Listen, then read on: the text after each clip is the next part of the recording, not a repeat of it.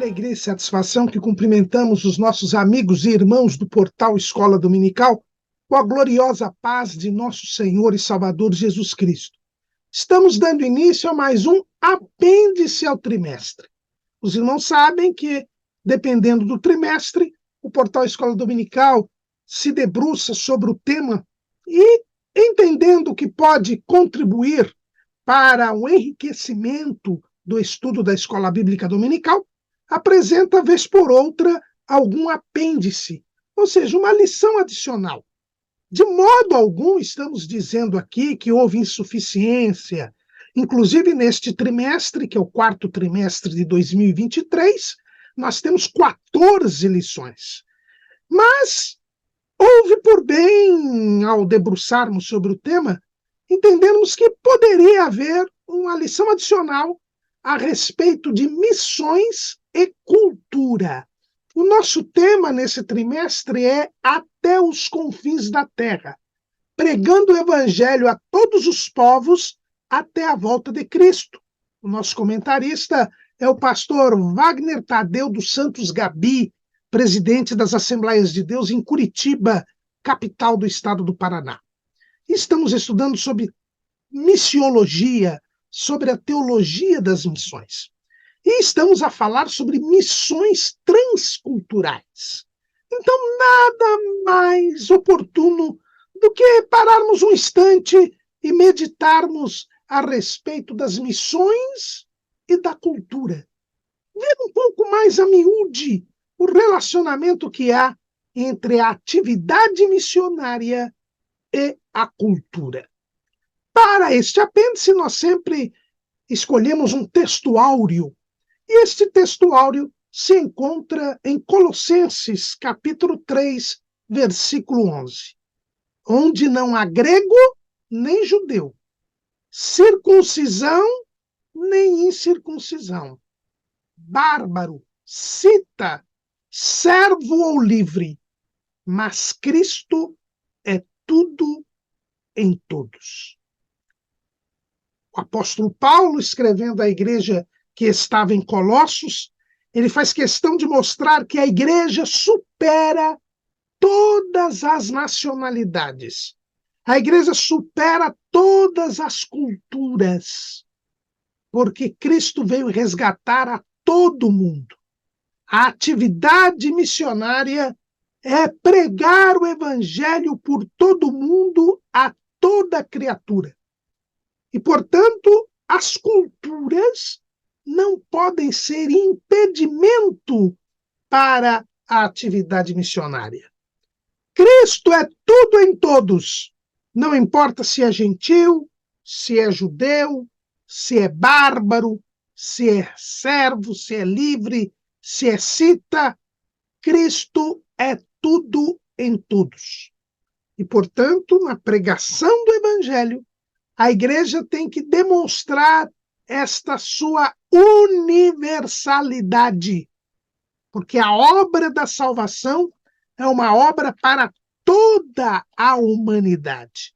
Foi assim que o apóstolo João, arrebatado ao céu, ouviu naquele culto que ele presenciou, da abertura dos 7 selos lá no céu. O que foi que os anciãos, os anjos, louvaram e dignificaram a pessoa de Jesus. Apocalipse, capítulo 5, versículo 9.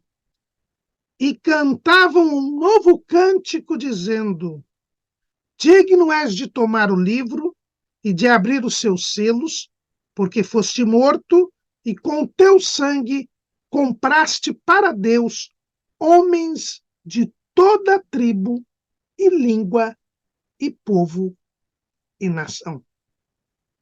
Aqui nós vemos que a obra de Jesus no Calvário é para atingir a toda a tribo, toda a língua, todo o povo, toda a nação. E, portanto, nós não podemos ter barreiras culturais impedindo a pregação do evangelho e a consequente salvação das almas. Tendo esta realidade, vamos então ver qual a relação que existe entre missões e cultura. A cultura, o que é a cultura? As missões, nós já temos visto o que é a missão. A missão, ela é a pregação do evangelho. Foi a tarefa que Jesus deixou à sua igreja. Ide por todo o mundo, pregai o evangelho a toda criatura. Na verdade, esta missão começou com o próprio Deus. É a demonstração do amor de Deus. Porque Deus, por amar o mundo, antes, por amar a humanidade, o mundo aqui é a humanidade, ele, antes mesmo da fundação do mundo, antes mesmo da criação, ele já sabendo que criaria o homem e o homem pecaria, ele já providenciou a salvação do homem. Então, na verdade, a igreja está aqui executando um plano feito por Deus, que tem origem em Deus. Isto é a missão. Agora, o que é a cultura? Quando Deus criou o homem, ele criou o homem com uma capacidade racional. Como diz o filósofo grego Aristóteles, o homem é o animal racional. Deus criou o homem com capacidade de pensar, de raciocinar. Por quê? Porque Deus queria que o homem dominasse sobre a criação terrena, fosse o administrador de Deus na face da terra.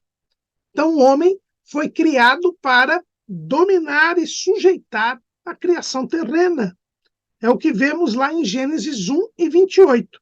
E Deus os abençoou e Deus lhes disse: frutificai e multiplicai-vos e enchei a terra e sujeitai-a e dominai sobre os peixes do mar e sobre as aves dos céus e sobre todo animal que se move sobre a terra. Então Deus determinou e quis que o homem sujeitasse a criação terrena e dominasse a criação terrena.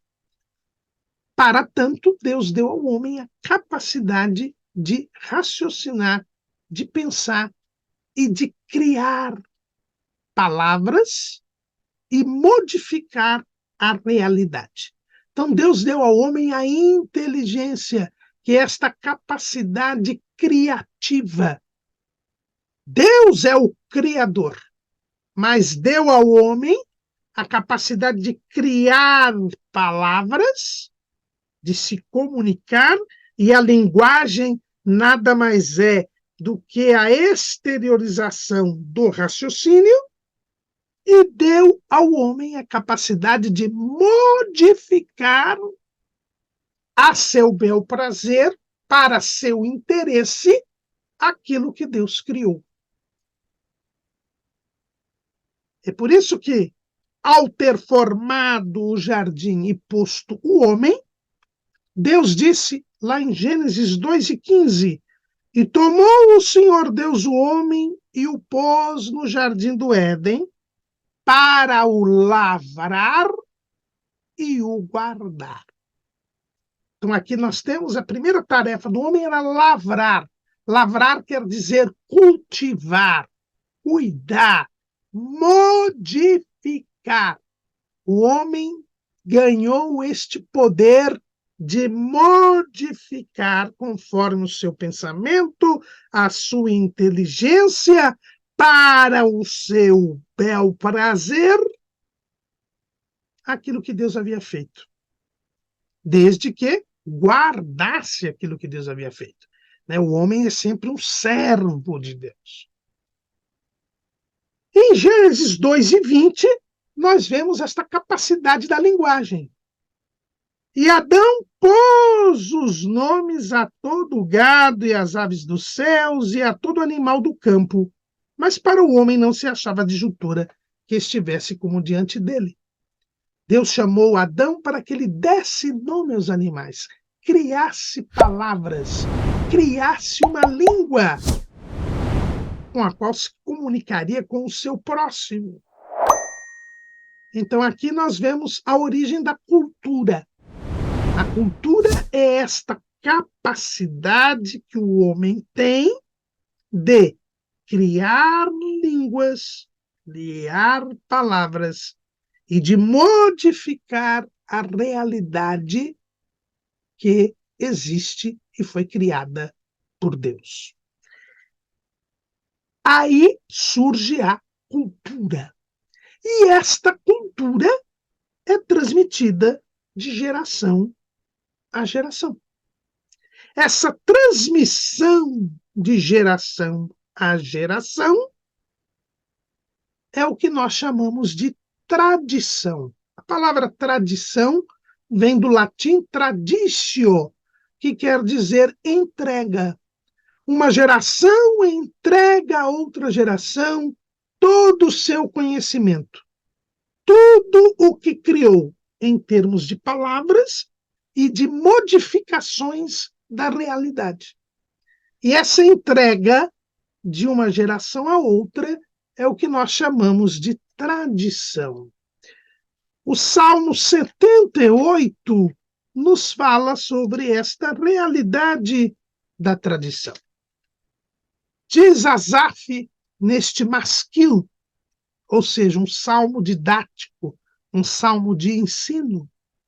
Escutai a minha lei, povo meu, inclinai os ouvidos às palavras da minha boca. Abrirei a boca numa parábola, proporei enigmas da antiguidade, os quais temos ouvido e sabido, e nossos pais nos têm contado.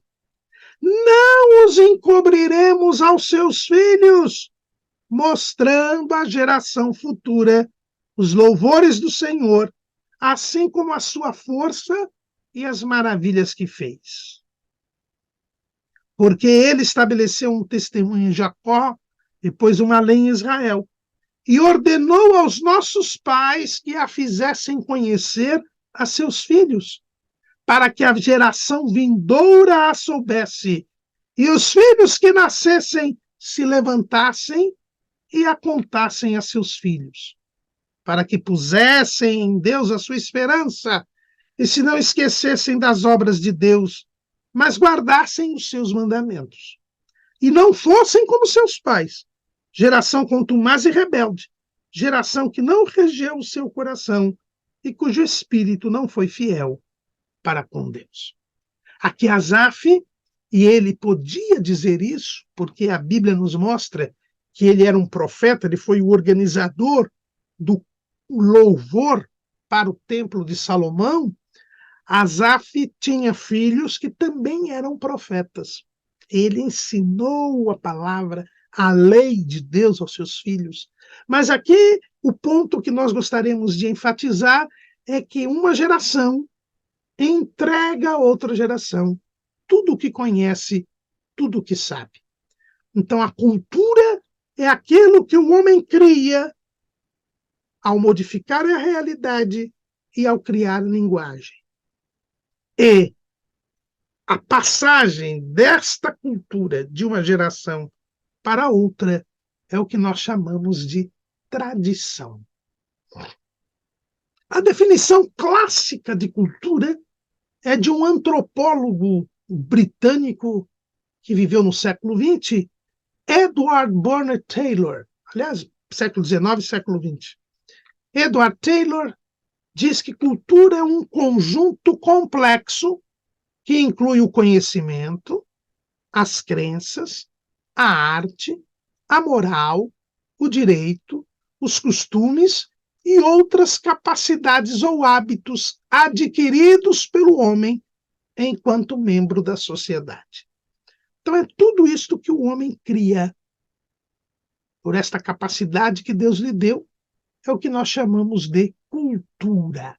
Lembrando, então, que a tradição, e aqui nós trazemos o conceito de um autor, um líder católico do século XX no Brasil, Plínio Correia de Oliveira, o fundador da TFP, Tradição, Família e Propriedade, e ele dizia que a tradição é a transmissão de valores culturais valores morais, instituições de uma geração para outra. Então, nós vemos o que é a cultura e nós vemos o que é a tradição. Ora, se a cultura é algo humano, nós já entendemos três coisas importantes. Primeiro, se a cultura é algo humano, ela está sob o domínio do pecado, porque o homem pecou e, tendo pecado, se tornou escravo do pecado. É o que Jesus diz lá naquele seu diálogo com os judeus, no capítulo 8 do Evangelho segundo escreveu João, 8:34. Respondeu-lhes Jesus: em verdade vos digo que todo aquele que comete pecado é servo do pecado. O ser humano tem a natureza pecaminosa porque desobedeceu a Deus e agora está sob o domínio do pecado. Ele precisa ser libertado do pecado por nosso Senhor e Salvador Jesus Cristo. Ora, a cultura gerada aí está sob o domínio do pecado. Porque a cultura é uma criação humana, é fruto da criatividade humana. E se o homem está preso ao pecado, naturalmente a sua cultura também o está. Então a cultura está sob o domínio do pecado. E desde logo nós percebemos que o evangelho virá purificar a cultura. O evangelho, ao libertar o homem do pecado, ele liberta a cultura do pecado. Segundo ponto, por ser humana, a cultura ela é passageira, ela está sujeita ao tempo. O homem está sujeito ao tempo. Salomão, escrevendo lá em Eclesiastes, capítulo 3, versículo 1, ele diz: tudo tem o seu tempo determinado e há tempo para todo propósito debaixo do céu. A cultura, ela está sob o domínio do tempo, porque é algo humano e o ser humano está sujeito ao tempo. É diferente da palavra de Deus. Missão é pregar o evangelho. O evangelho é o poder de Deus para a salvação de todo aquele que nele crê. A palavra de Deus é de Deus e Deus não está sujeito ao tempo. É por isso que o apóstolo Pedro, escrevendo na sua primeira carta, no capítulo 1 e no versículo 25, no versículo 24 e 25, ele faz esta comparação entre o homem, entre a natureza pecaminosa do homem e a palavra de Deus. Porque toda a carne é como erva, e toda a glória do homem como a flor da erva. Secou-se a erva e caiu a sua flor. Mas a palavra do Senhor permanece para sempre, e esta é a palavra que entre vós foi evangelizada. Então, os irmãos percebam o contraste que há entre o evangelho, a palavra de Deus, que é pregada na atividade missionária, e a cultura. A cultura está sob o domínio do tempo. Tudo tem o seu tempo determinado debaixo do sol. Mas a palavra de Deus, ela permanece para sempre. Ela é atemporal. E o terceiro ponto, terceira consequência do fato da cultura ser humana é que ela é limitada no espaço. Ela é limitada no espaço. Por quê? Porque o homem está sujeito ao espaço. São as duas características do universo, o tempo e o espaço. Nós somos limitados no tempo e somos limitados no espaço. Na verdade, o físico Albert Einstein disse que espaço e tempo é uma só realidade. Nós não vamos entrar nisto, na teoria da relatividade, mas vamos, lembrando o saudoso pastor Ailton Muniz de Carvalho, lembrar que o nosso universo é relativo e, portanto, ele é sujeito ao tempo e ao espaço. A cultura humana também é sujeita ao espaço. E esta sujeição ao espaço faz com que nós entendamos a diversidade cultural. A cultura é humana. Por ser humana, ela é pecaminosa, ela é limitada no tempo e ela é limitada no espaço. Já o Evangelho, a palavra de Deus que traz salvação a todo aquele que crê, ela é divina. Por ser divina, é santa. Por ser divina, não está sujeita ao tempo, é atemporal, é eterna. E também não está sujeita ao espaço, ao local. Ela é a mesma em todos os lugares. Quando o homem foi criado, então ele teve a capacidade de poder criar palavras e modificar a realidade, de gerar a cultura. Pois então, desde o começo da história da humanidade, nós temos a criação da cultura. Esta cultura, ela, e nós enfatizamos aqui a expressão dos seres celestiais naquele culto lá no livro do Apocalipse, no capítulo 5, que nós já lemos. Deus comprou para si homens de toda tribo. Começa com a tribo. A tribo, né? Que são a tribo? É uma família ampliada. Na verdade, você tem a família, pai, mãe, filhos.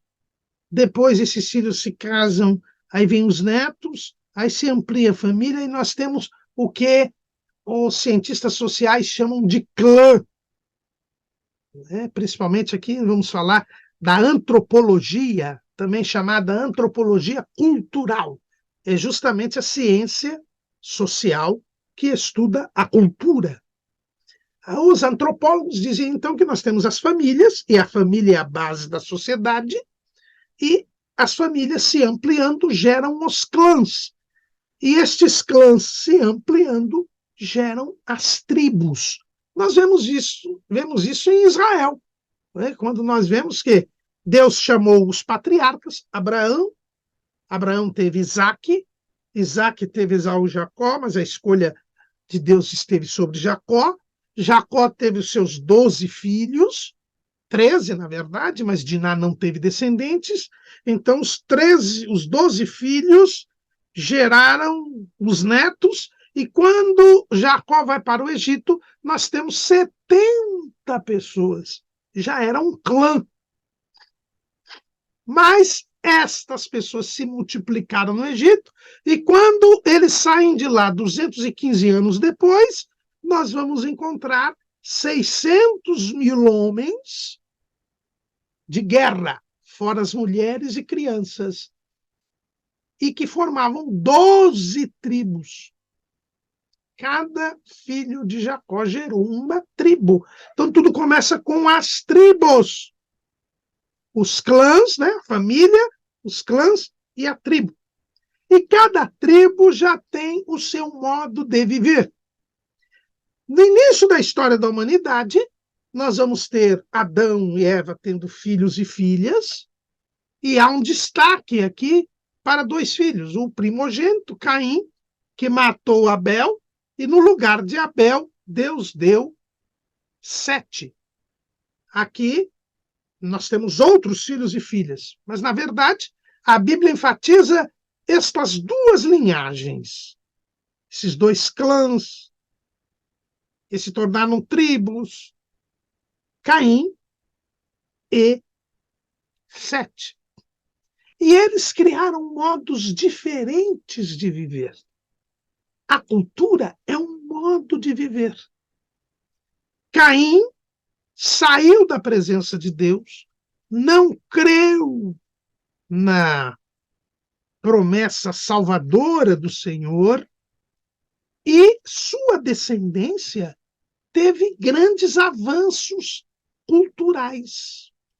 O texto diz o seguinte, lá em Gênesis capítulo 4, versículo 20. E Ada teve a Jabal, este foi o pai dos que habitam em tendas e têm gado. Veja que Jabal ele criou a habitação em tendas, né? Ele foi aí uma espécie de mestre e iniciador da habitação, das técnicas de engenharia e moradia, e também desenvolveu a criação de animais. E o nome do seu irmão era Jubal. Este foi o pai de todos os que tocam harpa e órgão. Veja que Jubal ele foi o criador da música. E Zilá também teve Tubal-Caim, mestre de toda a obra de cobre e de ferro. Então, Tubal-Caim, ele era meio-irmão de Jubal e Jabal, ele foi o criador da metalurgia. Começou a trabalhar com metais. Então, os irmãos vejam que a linhagem de Caim, ela desenvolveu a cultura, uma cultura debaixo do pecado, porque Ada e Zilá eram mulheres de Lameque, e Lameque foi o introdutor da bigamia, da poligamia, que é contrário ao determinado por Deus, que era a monogamia. E deixará o varão, o seu pai e a sua mãe, e apegar-se-á à sua mulher, e serão ambos uma só carne. Então, o princípio bíblico, o princípio divino é a da formação da família monogâmica, mas aqui nós já temos uma desobediência de Deus. Como se isto fosse pouco, o texto diz que Lameque matou 2 pessoas. Ele prosseguia o atentado à vida, o assassinato que havia sido iniciado por Caim. O texto ainda diz que Tubal-Caim teve uma irmã chamada Naamá, e a tradição judaica diz que Naamá foi a criadora da prostituição. Então, nós vemos que esta cultura estava impregnada do pecado, debaixo do pecado. A outra linhagem que se dá destaque é a linhagem de Sete. Sete, quando teve seu primeiro filho, Enos, ele começou a invocar o nome do Senhor. Então aqui nós temos uma linhagem que se voltou a adorar a Deus, a buscar a presença de Deus. Mas esta linhagem de Sete entrou em contato com a linhagem de Caim e dos outros filhos, que entendemos que todos eles também seguiam a linha de Caim, dos caimitas. E aqui nós temos um outro ponto importante. As culturas, elas se entram em contato. Isto por quê? Porque o homem é um ser social.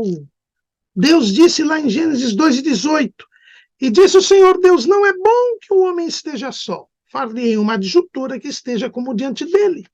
O ser humano é um ser social, por isso os povos entram em contato, as tribos entram em contato, as famílias entram em contato, e cada uma, se tiver culturas diferentes, também entrarão em contato entre si. E neste contato entre a linhagem de Sete e as outras linhagens, nós tivemos a perda, nós tivemos o desaparecimento da característica da linhagem de Sete, que era de buscar a presença de Deus. Veja o que diz o texto bíblico. Gênesis 6:1. E aconteceu que, como os homens começaram a multiplicar-se sobre a face da terra, e lhes nasceram filhas, viram os filhos de Deus. Os filhos de Deus aqui eram os setitas, os descendentes de Sete. Eles eram filhos de Deus por quê? Porque invocavam o nome do Senhor. E todo aquele que invoca o nome do Senhor será salvo. Eles eram filhos de Deus.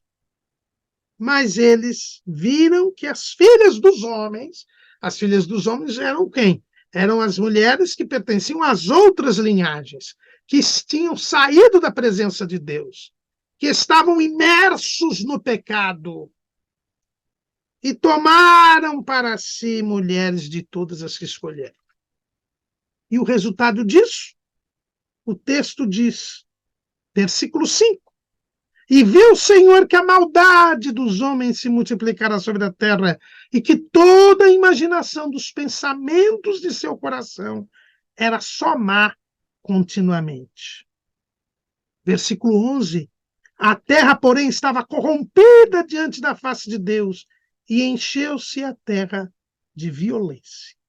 E viu Deus a terra e eis que estava corrompida, porque toda a carne havia corrompido o seu caminho sobre a terra. A linhagem de Sete, aconteceu com ela o que os antropólogos chamam de assimilação cultural. Quando há um contato entre culturas, a primeira forma de contato é o que nós chamamos de aculturação. O que é a aculturação? É a mistura de culturas. Quando duas culturas se encontram, elas se misturam. Um grupo toma para si costumes, hábitos do outro grupo. Há uma troca aqui de elementos culturais. Essa é a aculturação. Mas quando uma dessas culturas acaba desaparecendo, nós temos aí a assimilação cultural. Um grupo acaba sendo tão influenciado pelo outro que poucos elementos dele, da sua cultura, passam para o outro grupo e este grupo assume a cultura do outro. Foi o que aconteceu com a linhagem de Sete. Ela assumiu a cultura da linhagem de Caim, dos outros filhos, e a terra toda se corrompeu, porque eles perderam a sua característica. Eles deixaram de ser filhos de Deus. Este é o perigo da assimilação cultural. E é por isso que Deus mandou que os israelitas destruíssem os moradores da terra de Canaã, que eram grandes pecadores contra Deus, para que eles não assimilassem a cultura injusta, pecaminosa que havia entre os moradores de Canaã. E nós sabemos que os israelitas não obedeceram a Deus, não destruíram todos os moradores, e estes moradores foram os responsáveis pela perversão do povo. O período dos juízes é um período triste em termos espirituais, um período em que Israel padeceu grandemente, porque por causa deste nefasto contato cultural que fazia com que geração após geração os israelitas assimilassem a cultura pecaminosa e grandemente pecaminosa dos moradores primitivos de Canaã. Em Juízes, capítulo 2, o autor do livro, que a tradição judaica diz ser Samuel, relata essa situação. Juízes, capítulo 2, versículo 10. E foi também congregada toda aquela geração a seus pais, e outra geração após ele se levantou, que não conhecia o Senhor, nem tampouco a obra que fizera a Israel. Veja que não houve a tradição da palavra de Deus, como Asaf aconselha lá no Salmo 78. Então fizeram os filhos de Israel o que parecia mal aos olhos do Senhor e serviram aos Baalins e deixaram o Senhor Deus de seus pais, que os tirara da terra do Egito, e foram-se após outros deuses, dentre os deuses das gentes, quer dizer, das nações, que havia ao redor deles, e encurvaram-se a eles e provocaram o Senhor a ira, porquanto deixaram o Senhor e serviram a Baal e a Asterote. Então vejam aqui que este contato com as culturas, a falta da tradição, da lei, do ensino da palavra de Deus, e o contato com essas culturas pecaminosas fez com que os israelitas assimilassem a cultura pecaminosa, a cultura dos moradores primitivos de Canaã e dos povos vizinhos, e eles caíssem na idolatria, no pecado, abandonassem a Deus, jogassem fora toda a cultura que Deus formou Israel. Porque quando Deus formou Israel, ele escolheu Abraão, depois ele, quando o povo estava formado, ele entregou a lei a Moisés, estabeleceu um modo de viver, estabeleceu mandamentos, estabeleceu até um calendário, uma alimentação. Deus formou a cultura de Israel.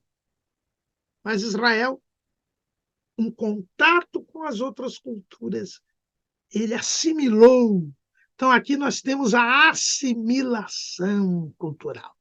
A aculturação, irmãos, ela é gradual, ela não é imediata.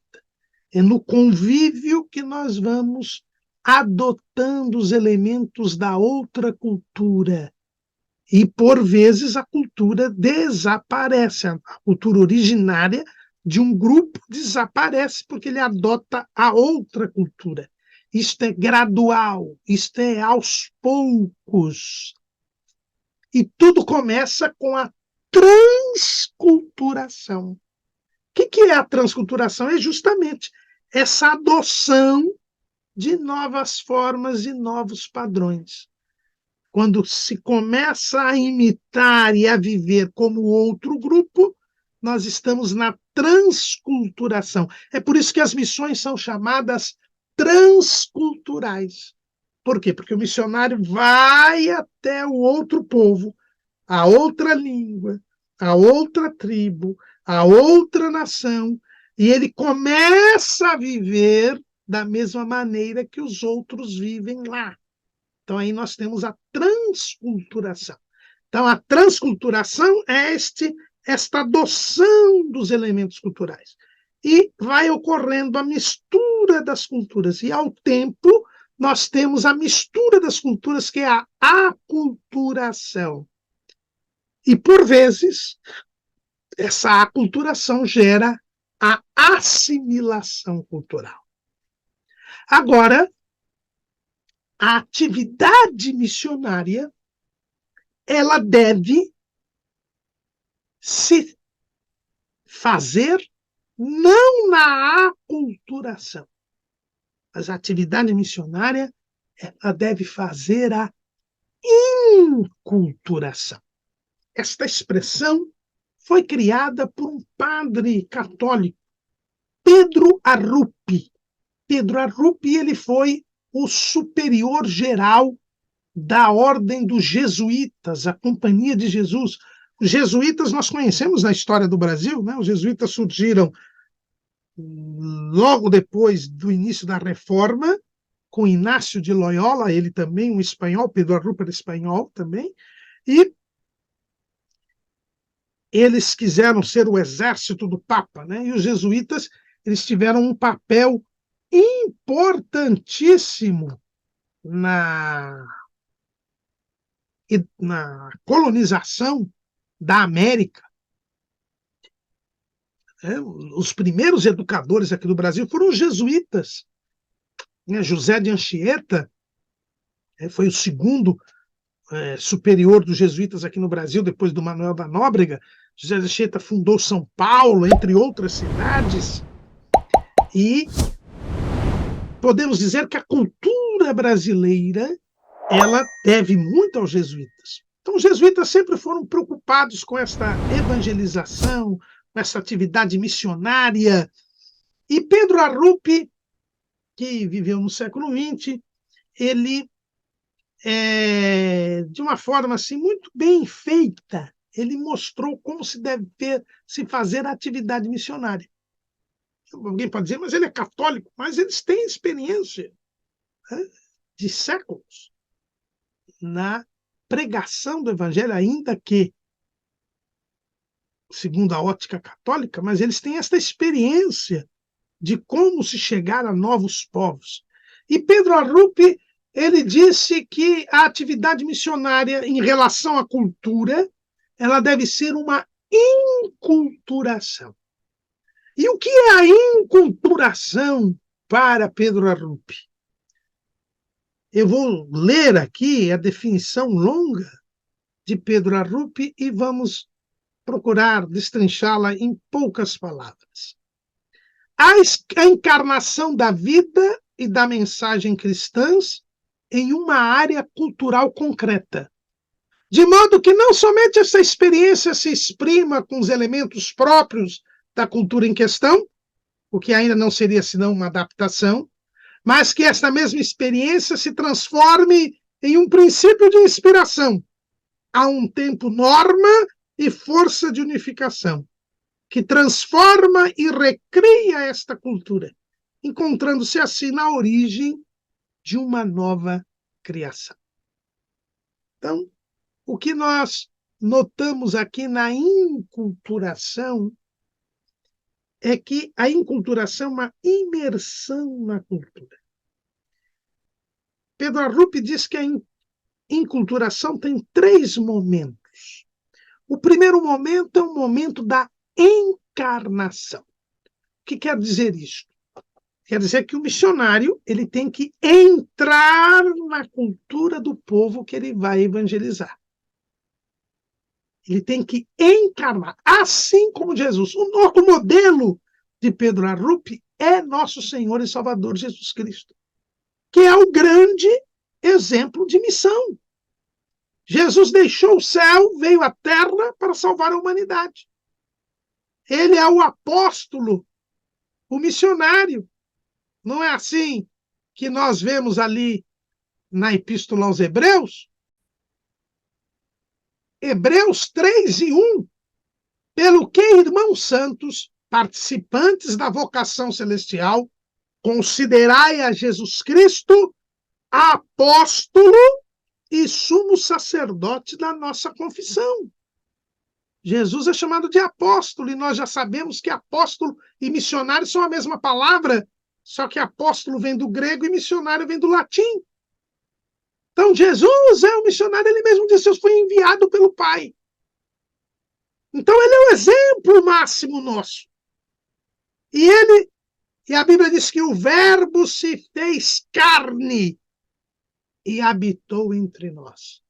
Jesus se fez homem para, como homem, poder nos compreender, pregar a nós e morrer por nós. O escritor aos Hebreus, ele diz assim, 2:14, e visto como os filhos participam da carne e do sangue, também ele participou das mesmas coisas, para que pela morte aniquilasse o que tinha o império da morte, isto é, o diabo, e livrasse todos os que com medo da morte estavam por toda a vida sujeitos à servidão. Esse é o primeiro ponto da inculturação, é a encarnação. O missionário ele tem que assumir a cultura do lugar onde ele vai pregar o evangelho. Ele não pode se comportar como um estranho, como um forasteiro, como alguém que não passa a viver como as pessoas para quem ele está pregando o evangelho. Jesus, Paulo escrevendo aos Gálatas, no capítulo 4, no versículo 4, Paulo diz: mas vindo a plenitude dos tempos, Deus enviou o seu filho. Olha o missionário aqui. Nascido de mulher, nascido sob a lei. Jesus se fez homem para participar das mesmas coisas que o homem. O missionário precisa participar das mesmas coisas que os evangelizandos. Sem o quê? Ele não conseguirá realizar a sua obra. Jesus teve que se fazer homem para poder pregar o evangelho. E mais, ele além de nascido de mulher, ele foi nascido sob a lei. Ele veio como um judeu. Ele assumiu toda a tradição judaica, todo o modo de vida judaico. Jesus era como um outro qualquer judeu. Ele não só cumpria a lei que Deus deu a Israel, e ele foi o único que cumpriu a lei, que todas as pessoas não cumpriram a lei, mas ele disse: eu não vim para abrogar, mas para cumprir. Mas ele também seguia a tradição dos judeus. Logicamente, e vamos falar daqui a pouquinho sobre isso, naquilo que não contrariasse a lei. E nós temos alguns exemplos. Lucas capítulo 4, versículo 16. E chegando a Nazaré, onde fora criado, entrou num dia de sábado, segundo o seu costume, na sinagoga e levantou-se para ler. A lei nunca falava sobre ir à sinagoga no sábado, até porque não tinha sinagoga quando foi criada a lei. Mas Jesus nasceu como um judeu. E nos dias de Jesus, todo judeu tinha que ir ao sábado na sinagoga. E ele então ia. Ele seguia a tradição, a cultura, porque ele encarnou. A enculturação tem que ter a encarnação. É por isso que o missionário precisa conhecer a cultura do lugar para onde ele vai pregar, para onde ele é enviado. É por isso que ele tem que ser preparado para isso. Por que os apóstolos mandaram Barnabé para Antioquia, quando descobriram que havia ali alguns novos convertidos que eram gentios? Porque Barnabé conhecia a cultura grega. Ele era judeu, era levita, conhecedor da lei, mas ele era nascido em Chipre, que é uma ilha grega naquela época. Ele conhecia a cultura grega. E também foi por isso que Barnabé trouxe Saulo para discipular aqueles crentes de Antioquia, porque Saulo era de Tarso, também conhecia a cultura grega. Os missionários precisam encarnar a cultura.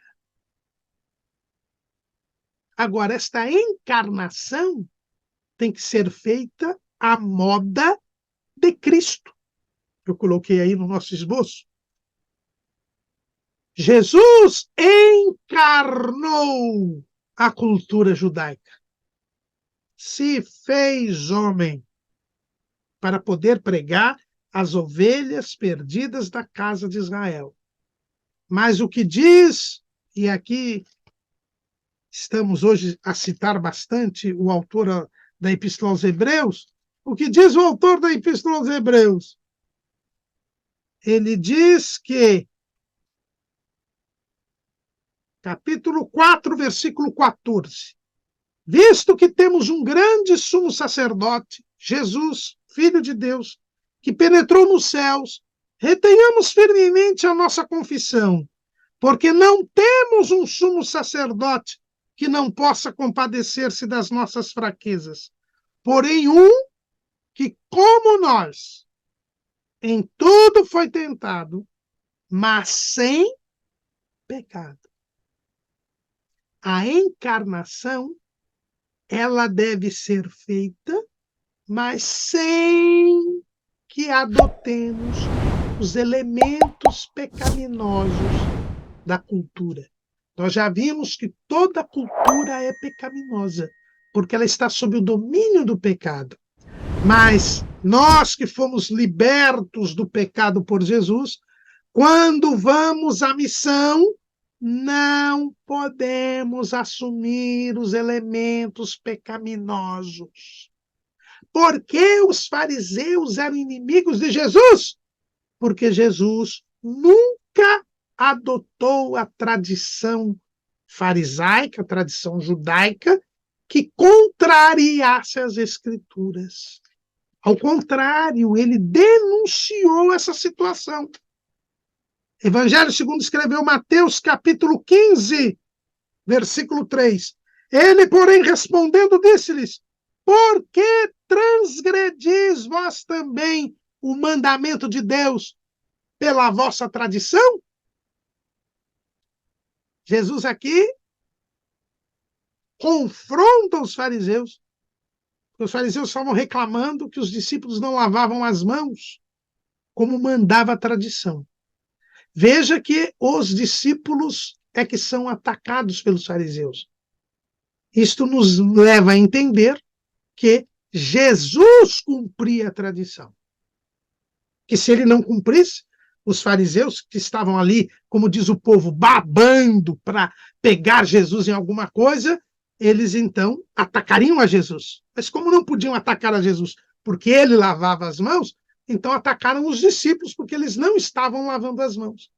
Mas Jesus os confronta dizendo o quê? E por que vocês, por causa da tradição, descumprem a palavra de Deus? Então Jesus nunca adotou uma tradição, um elemento cultural que contrariasse a palavra de Deus.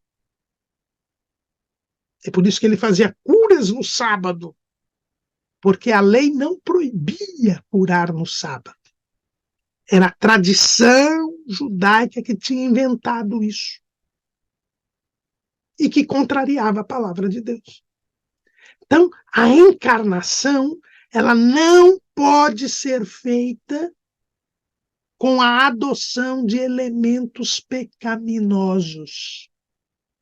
E é aqui que nós entramos na questão do sincretismo religioso, que é a mistura de elementos religiosos do povo que nós estamos evangelizando no culto da igreja, no culto cristão. Não pode haver sincretismo religioso. Não pode haver mistura entre as falsas religiões e a religião pura e verdadeira.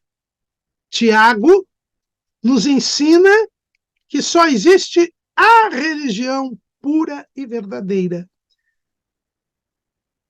Capítulo 1, versículo 26 da Epístola de Tiago. Se alguém entre vós cuida ser religioso e não refreia a sua língua, antes engana o seu coração. A religião desse é vã.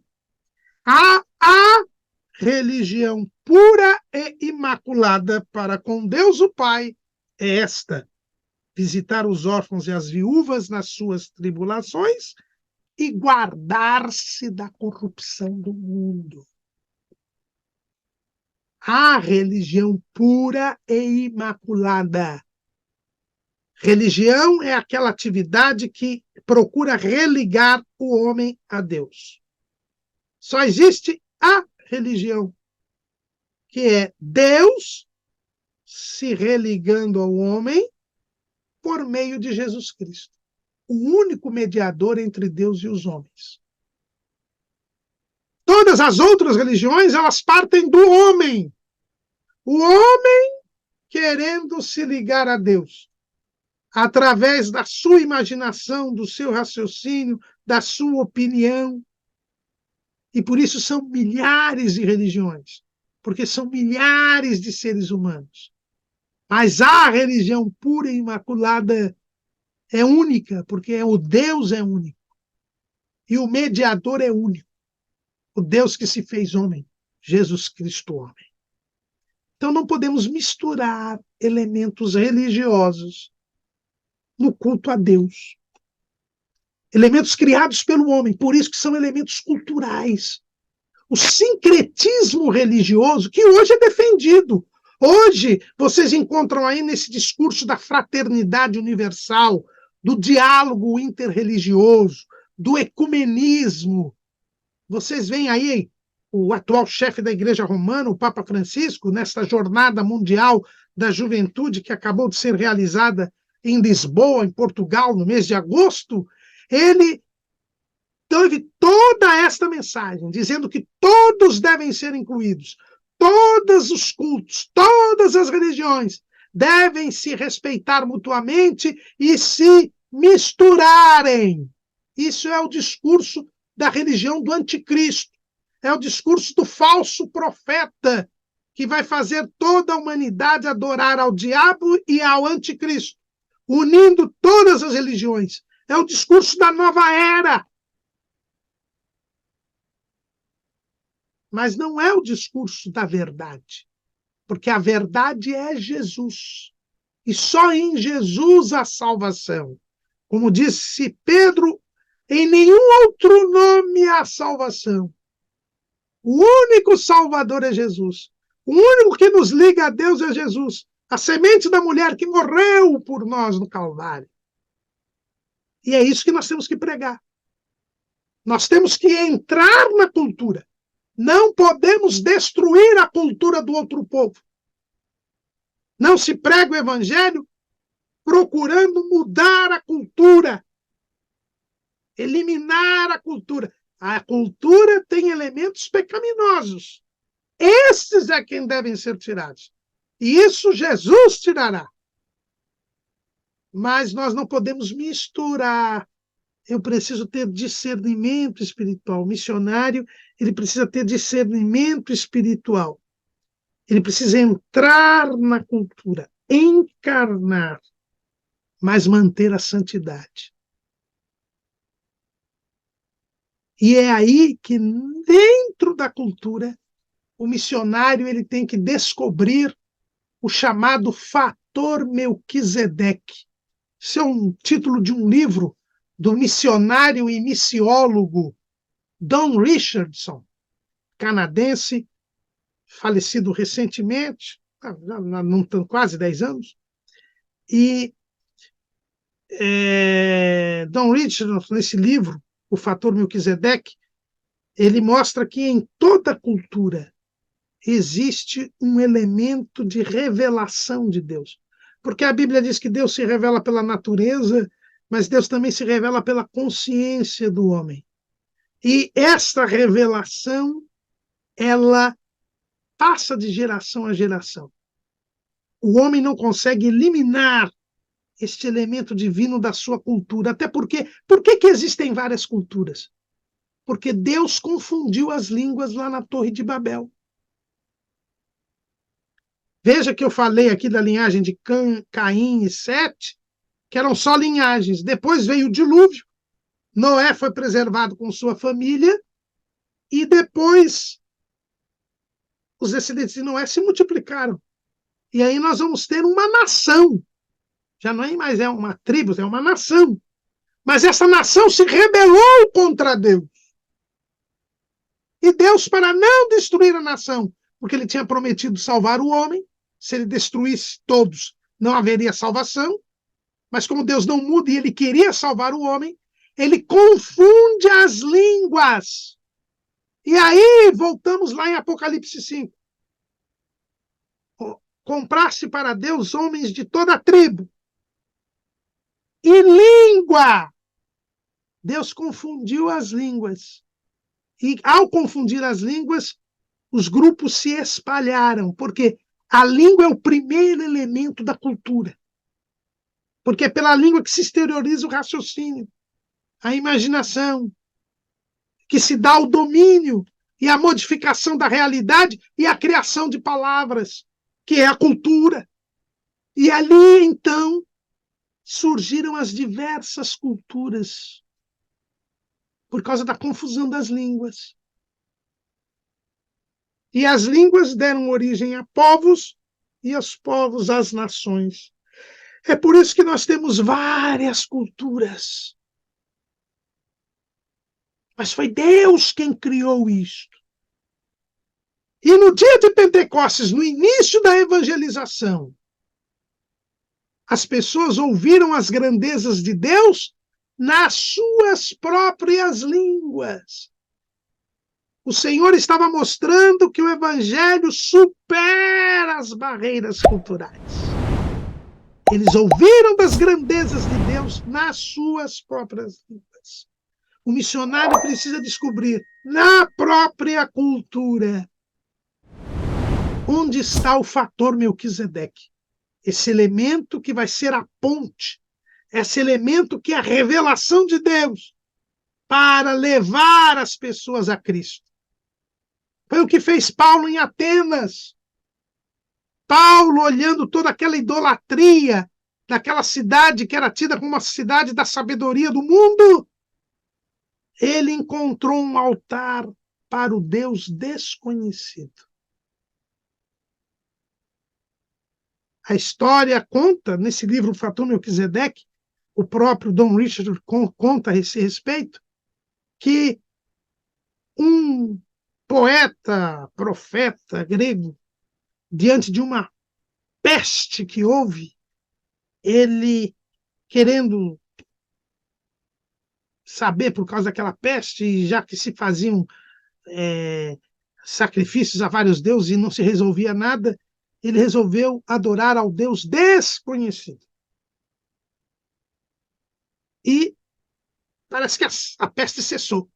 Então eles passaram a adorar este Deus desconhecido, que era um Deus que não tinha forma, não tinha imagem, mas que por causa daquele episódio, eles diziam que existia esse Deus mesmo, e que tinha que ser adorado. E foi aí, a partir da ideia de que existia um Deus desconhecido, que existia na cultura ateniense, que Paulo pregou no Areópago, onde estavam ali os grandes intelectuais do mundo, e ele pregou o evangelho a partir desse elemento cultural, que é o fator Melquisedeque. É preciso descobrir qual é o fator Melquisedeque. Mas é preciso também fugir do fator Bera, ou fator Sodoma. Né? E o nome fator Melquisedeque é porque Abraão encontrou Melquisedeque, que era rei de Salém, uma cidade que ficava ali em Canaã, dos descendentes de Cão, e que eram grandes pecadores contra Deus, mas Melquisedeque, a Bíblia diz que ele era sumo sacerdote do Deus Altíssimo. E ele encontrou Abraão e ambos entenderam um o outro, apesar de serem de povos diferentes, culturas diferentes, eles se identificaram como servos de Deus. E tiveram aquele momento de comunhão, porque serviam ao mesmo Deus, ainda que em culturas diferentes. Esse fator Melquisedeque precisa ser descoberto, mas também preciso fugir do fator Sodoma, o fator Bera. Bera era o rei de Sodoma, quando Abrão foi lá e libertou Sodoma, e seu sobrinho Ló, que estava junto com eles, naquela guerra, no capítulo 14 de Gênesis. O rei de Sodoma foi ao encontro de Abrão, assim como Melquisedeque foi. Mas o rei de Sodoma fez uma oferta a Abrão. Fique com todos os bens, só me deem as pessoas. E Abrão disse, eu não quero nada de Sodoma, porque eram grandes pecadores contra Deus. O missionário ele tem que saber discernir o que é elemento pecaminoso, e ele não pode assumir este elemento, e tem que tirar este elemento da vida do servo, daqueles que se convertem. E, ao mesmo tempo, ele tem que descobrir na cultura qual é o elemento que vai levá-los a Deus. Mas Pedro Arrupe diz que a enculturação ela não fica na dimensão da encarnação. Ela tem também a dimensão que ele chamou de pascal. Quando se prega o evangelho purifica a cultura daquele lugar.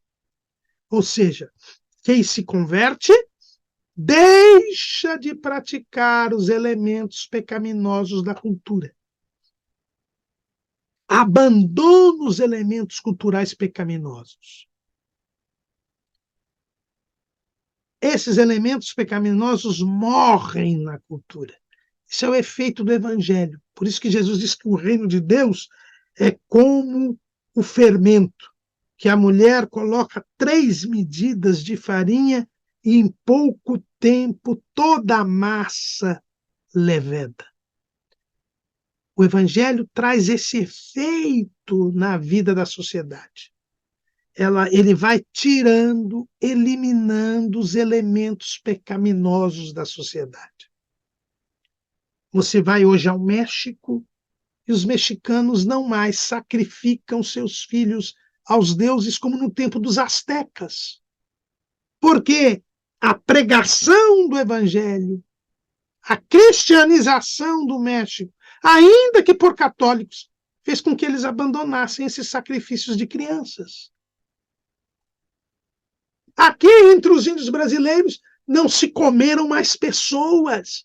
Havia algumas tribos que eram canibais, mas ao serem catequizadas, elas abandonaram o canibalismo. Efeito do evangelho. O evangelho, ele muda as pessoas. Quem está em Cristo, nova criatura é. As coisas velhas passaram, eis que tudo se fez novo. O evangelho transforma pessoas, mas as pessoas têm relacionamentos sociais. E quando o evangelho vai crescendo, a igreja, que são aqueles que creem em Jesus, eles são sal da terra e luz do mundo. Eles vão influenciando e mudando a cultura. A cultura vai morrer, os elementos pecaminosos vão morrendo, vão desaparecendo. Há uma ressurreição, há uma morte e ressurreição. É por isso que Pedro Arrupe chama essa dimensão de pascal, lembrando a Páscoa, a passagem da morte para a vida. Mas não termina aí. Arrupe diz que há uma terceira dimensão da inculturação, que é a dimensão pentecostal, recreativa. E aí ele nos leva da Páscoa, então começa lá na encarnação, que é o Natal, vai a Páscoa, que é a morte e a ressurreição, e agora nós encontramos aqui o Pentecostes, que é o derramamento do Espírito Santo. Ou seja, surgem novos elementos culturais que são de acordo com a vontade de Deus. Surgem novas práticas, novos hábitos que levam a sociedade a servir a Deus. Voltamos àquela invocação do nome do Senhor. Agora, a própria sociedade cria maneiras de viver que levam a Deus em consideração, que levam à adoração a Deus, que levam a existir. Surgem novas práticas, estas sim de acordo com a vontade de Deus, ligadas inclusive ao culto cristão. Então, festas comemorativas, como o Natal, por exemplo, um povo que se cristianiza, ele começa a celebrar o Natal, a Páscoa, enfim. A palavra de Deus é ensinada nas escolas, enfim. Tudo isso acontece por causa da dimensão recreativa. Surgem elementos culturais que estão de acordo com o Evangelho, de acordo com a palavra de Deus. Isto é a inculturação. A cultura é modificada, não é eliminada, não é destruída. Ela é purificada e passa a servir a Deus. Os nossos hábitos, costumes de um povo, de uma nação, passam a servir a Deus, a agradar a Deus. E como diz o salmista, bem-aventurada é a nação cujo Deus é o Senhor. Eu tenho que entrar na cultura. E aí nós temos a chamada endoculturação ou enculturação. Nós temos que entrar na cultura, aprendê-la, ela, adquirir e interiorizar os seus valores, normas e comportamentos, mas visando purificá-la com a palavra de Deus. Não podemos ter os dois extremos na atividade missionária. De um lado, misturar-se com a cultura do povo, aceitar os elementos pecaminosos, o sincretismo religioso, que é o que se defende hoje. E há todo um discurso de dominação cultural, imposição cultural. Realmente, pregar o evangelho não é impor uma cultura, mas não é sucumbir ao pecado da cultura do povo evangelizando. A atividade missionária não é sincretismo religioso. É entrar na cultura, mas manter a santidade. Mas tem um outro extremo, que é a imposição cultural. É o que faziam os judaizantes nos dias dos apóstolos. Os judaizantes, eles diziam o quê? Atos, capítulo 15. Então, alguns dos que tinham descido da Judéia ensinavam assim os irmãos: se vos não circuncidardes conforme o uso de Moisés, não podeis salvar-vos. Então, os judaizantes diziam: vocês, para serem salvos, precisam se tornar judeus. Somente alcança a salvação quem adotar a cultura judaica. Não é assim. Há muita gente hoje que prega o evangelho desse jeito. Ele vai para um outro país e quer que as pessoas primeiro assumam a cultura do seu país para depois se converterem. Não. Isso é imposição cultural. Só que as culturas foram criadas por Deus. A diversidade cultural é uma realidade criada por Deus. Não podemos querer modificá-las.